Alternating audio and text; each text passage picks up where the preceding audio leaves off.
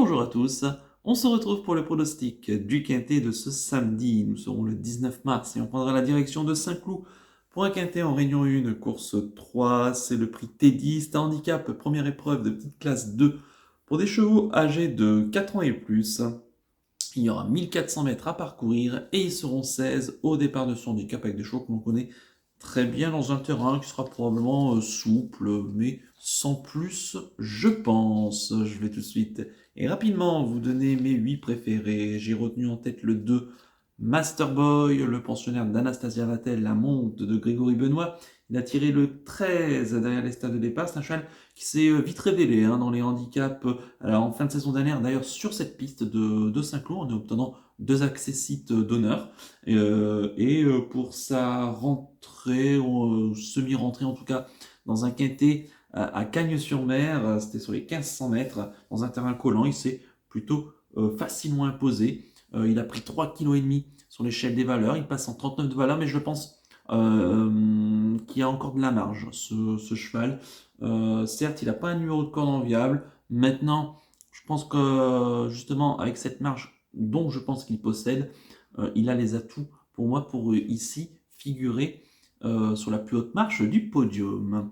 En deuxième position, j'ai mis le 8, Goldino Bello, le pensionnaire de Monsieur Hernon, la monte de Tony Picon. Il a tiré le... Alors attendez, hop. Il a tiré le 11 derrière les stades de départ. C'est un cheval qui reste sur une contre-performance. C'était dans un quintet sur le programme d'Angers, c'était en fin de saison dernière. Le cheval n'a pas été revu depuis, il va faire donc sa rentrée. Mais attention, c'est un chat qui aime bien les pistes pas trop pénibles. Et le profil de Saint-Cloud lui correspondant, je pense, bien. Corde à gauche, c'est vrai que c'est un cheval qui déçoit plutôt rarement. On se souvient du deuxième place dans un quintet sur cette piste, mais c'était sur un 1600 mètres où il se comportait vraiment excellemment ce jour-là.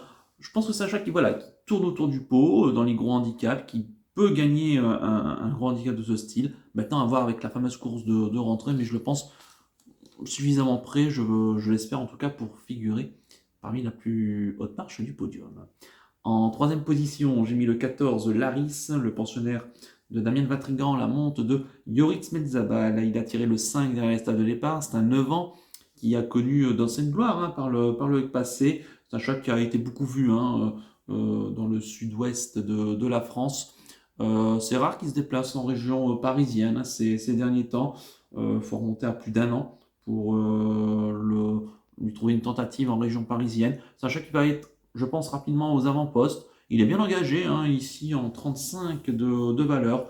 Bon, il a peut-être plus trop de marge que par rapport au passé, mais attention, je pense que le fait qu'il aille de l'avant, ça peut l'aider. Et dès lors, si son entourage se déplace et qu'ils y comptent un petit peu, je pense qu'il peut afficher une belle cote. En quatrième position, j'ai mis le 6, Coup d'Aragon. Le pensionnaire de Mauricio Delcher Sanchez, la monte d'Olivier Pellier, il a tiré le 2 derrière le stade de départ. C'est un 5 ans qui a peu couru dans sa carrière, qui va débuter dans le handicap en 37,5 de valeur.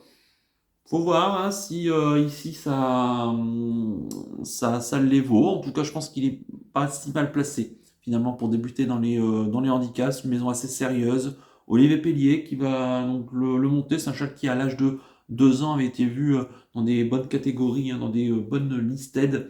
Maintenant, bon, il a eu des petits soucis de santé. Il revient bien. Il reste sur une deuxième place sur les programmes de Pornichet. Ici, si donc il s'adapte bien dans ce style de course, en tout cas, je pense capable de prendre une belle place. En cinquième position, j'ai mis le 5, The Life Freedom, pensionnaire de Dominique Souchon, la monte de Michael Barzalona. Il a tiré le 8 derrière les stades de départ. C'est un cheval qui reste très compétitif dans les handicaps en 38 de valeur. Il reste sur plusieurs accessites plutôt intéressants donc cet hiver à Cagnes-sur-Mer. Donc dès lors, ici, je le pense capable de confirmer. À noter qu'il a couru 2 fois à Saint-Cloud, il a toujours fait l'arrivée, mais c'était sur 1600 mètres. 1400 mètres, ça ne devrait pas, je pense, le déranger. avec un jockey plutôt en réussite ces derniers temps, forcément, on ne doit pas l'oublier au moment du choix. En 6e position, j'ai mis le 9, Spaclia, la pensionnaire de Carlos Lafont Parias, l'amante de Maxime Guillon. Elle a tiré le 4 derrière le stade de départ. C'est une jument qui vraiment n'a pas grand-chose à se reprocher, qui fait toutes ses courses. Elle avait un peu déçu à l'automne dernier, mais bon, depuis son entourage a laissé un petit peu au repos. Elle a fait sa course de rentrée à la fin du mois de février sur l'hippodrome de Chantilly en s'y classant deuxième dans une course à condition. Elle revient dans les gros handicaps où d'ailleurs sa valeur n'a pas bougé. Elle reste en 36,5 de valeur.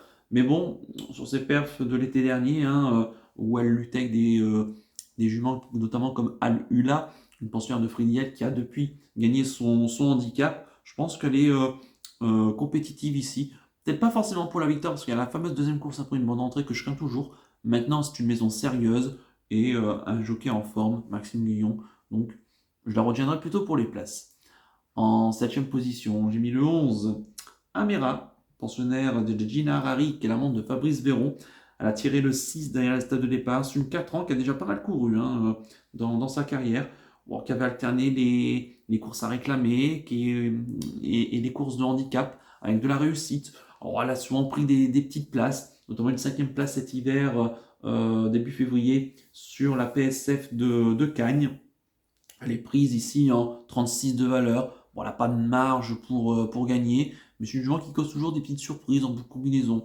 Donc, il peut y avoir des petites surprises ici, donc pourquoi pas. Notez qu'elle a couru une fois à Saint-Cloud, elle y avait gagné. C'était l'an passé dans une course à réclamer. Bon, cette fois-ci, les choses sont différentes, mais dès lors, je la verrais bien prendre une place à une très jolie cote.